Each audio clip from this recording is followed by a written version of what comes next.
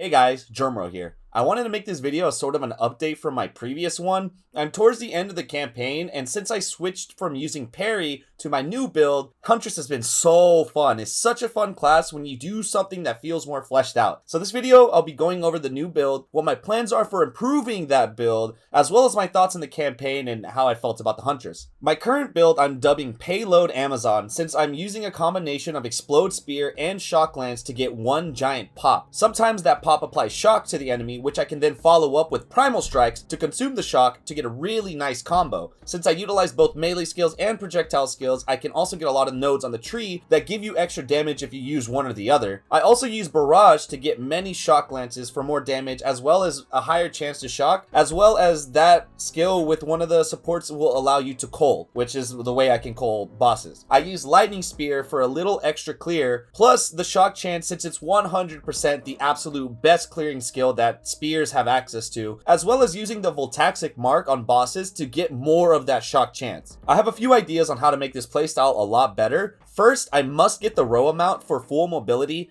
I wanted to at least try to get to maps before I made the follow-up video, but a lot of IRL stuff happened. I'm playing pretty slow. So the first thing would be getting that row amount so that I have full mobility while I'm actually throwing the spears. That would just allow me to get a lot more damage out. I haven't really decided if I want to go evasion, energy shield, or armor, which obviously I think the energy shield would be better, but I don't ever find energy shield gear. I keep finding evasion armor, so that's what I've been running. But depending on which one I go, I'm either going to go to the warrior side if I choose armor, or I'm going to go more to the monk side if I choose energy shield. Whatever version I do, I am 100% going block, since I do like using parry while clearing, because getting that instant frenzy charge is really nice sometimes. Especially if you get cornered, use parry into lightning spear, and it kind of clears packs instantly. But even without a buckler, block is like a really nice defensive stat, so I'm working on getting my block chance up, which means I have to travel to the warrior side anyway. I have to go to the merc side to get some of these block nodes, so that's why I don't know. I probably will end up going at armor just because I'm on that side of the tree anyway. The one thing I'm considering changing majorly is I'm considering dropping the exploding spear for the, I don't know the name of the skill, the jumping electric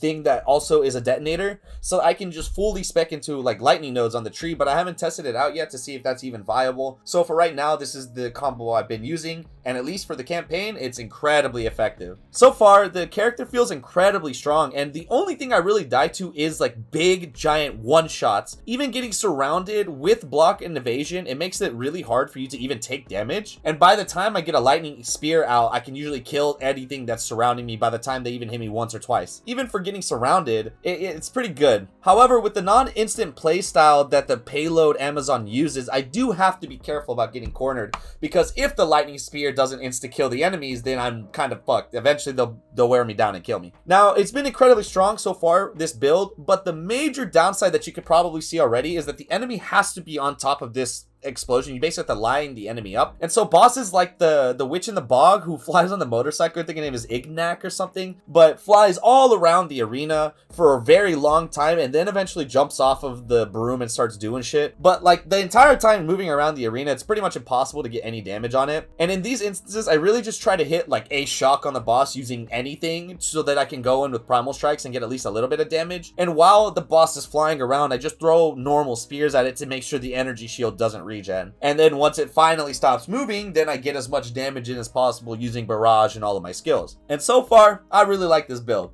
It's probably, I mean, it's definitely nowhere close to as good as just pure lightning spear Amazon, but I really like the playstyle, and it allows me to use the Roa, and it seems pretty cool. So now I want to go over some of the comments on the other video, because everyone was really helpful with their strats on what they did to make the Huntress work early game. And if you're just starting out and you somehow ended up on this video, you should definitely go check out that video. Even if you don't watch the video, go look at the comments, because everyone has such smart ideas on how they used the Amazon, or how they used Huntress on the early game when they didn't have access to the charge generation. A lot of people saw that as, you know, it is a problem, but like the beauty of PoE is that there's so many ways to get around a problem, and I made that video before I had even thought of a way to get around the problem, you know what I mean? So obviously there's so many ways to play the Huntress, there's so many ways to play spear classes. This is just the way that I'm doing it, and it's working so far. I like it. If you want to try it out, here's I guess like a build guide, a build, what should I say, like a build outline. But I can say confidently, I definitely highly recommend the spear abilities, and I highly recommend trying Huntress. Maybe in the first video before that boss, I would have been a little like, it feels not that fleshed out.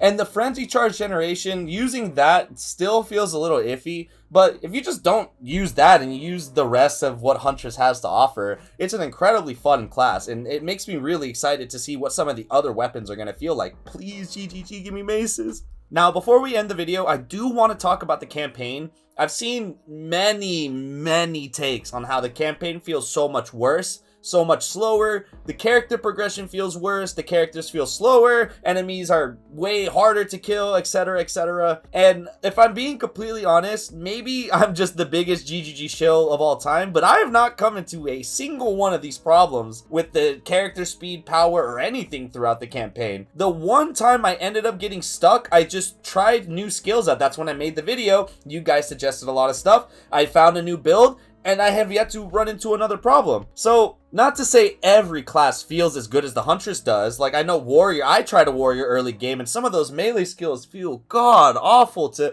I ended up switching to Spears because the actual melee skills don't feel very good, at least to me, in that, or in the very, you know, like the first few areas. I'm talking early Act 1 does not feel as good as Huntress, let's just be honest. But I do think people get stuck in their ways and are unwilling to try new things to get past the barriers that they're presented. That, like, even though that's the beauty of PoE, the game gives you 1.5 million ways to do something to get past the barrier. I will agree with people when they say the loot feels not so good. Like, for me, I got enough currency drops and I'm an SSF to basically craft whatever I wanted, but the actual gear drops from the harder enemies to kill and the league mechanics that you see in the campaign do not feel good. Like, why am I fighting a rare wisped enemy and it drops nothing? Like, it drops 2 items or something. That's like insane. Why do I pop a strong box and I wait the fucking 10 seconds and then I kill all the enemies and there's not a single drop that comes out of it, even if it's a white strong box? Like, I get it, you can't have too much loot, but there is something that needs to change there. That makes sense to me. But the saying that the game feels worse than it did last league, I don't really understand that. I'm just gonna be honest with you guys. I really enjoyed the slowed down combo based gameplay PoE 2 has to offer, and I don't think it feels worse this league from last. Maybe again it's the build that I chose or whatever. That being said, I am so excited to finally get to the end game and to see some of these changes everyone is talking about. That's probably the #1 thing everyone is saying is the best part of the league is the new end game. So we're almost there. We're about like 6 areas away from the end game. So hopefully in the next video it'll be some gameplay from the fucking end game or something. But that's gonna be it for this video. Thanks for watching. We're actually getting really close to 600 subs, so consider subbing if you like the vibes. I'll be posting some PoE 2 content soon, as well as continuing the Ruthless series we were grinding before on PoE 1. Much content on the horizon. So stick around, like the video, and I'll see you in the next one. Throw me to the sharks, little nigga. I survive up on my own. My buddy talking to me, why the fuck you hide to get that pole? I made 100,000 niggas smacking shit up off a phone. Man of the house, nigga, why